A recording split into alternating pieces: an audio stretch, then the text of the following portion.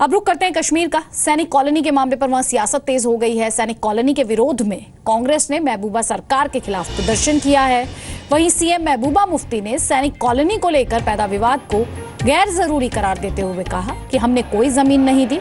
उन्होंने पूर्व मुख्यमंत्री उमर अब्दुल्ला को भी समझदारी दिखाने की नसीहत दी और कहा कि उमर अब्दुल्ला झूठ का सहारा लेकर तथ्यों को गलत तरीके से पेश कर रहे हैं।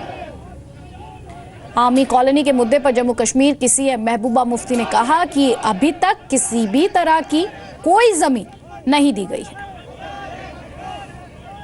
या जो आप सैनिक कॉलोनी की बात बार बार उठा रहे हैं, मीडिया में आ रही है। पहली बात तो ये है कि ऐसी कोई भी लैंड अलॉट नहीं हुई है। दूसरी बात ये है कि जो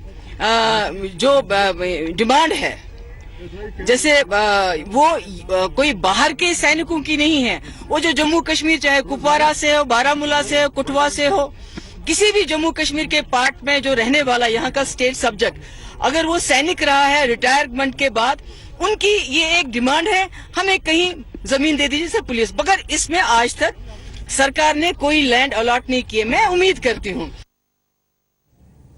वहीं जम्मू कश्मीर के पूर्व मुख्यमंत्री उमर अब्दुल्ला ने सैनिक कॉलोनी को लेकर सवाल उठाए हैं। सैनिक कॉलोनी की बात हो, उसमें भी चीफ मिनिस्टर कहती है आई डोंट नो। हर चीज में उनका डिफेंस है आई डोंट नो। अब आई डोंट नो तो ये इस तरह रियासत कहाँ चलाओगे आई डोंट नो पे। हुकूमत से हमें जवाब चाहिए। ये सैनिक कॉलोनी जो प्रपोज किया जा रहा है किसके लिए? लैंड की ओनरशिप जो है वो किसके हाथ में रहेगी?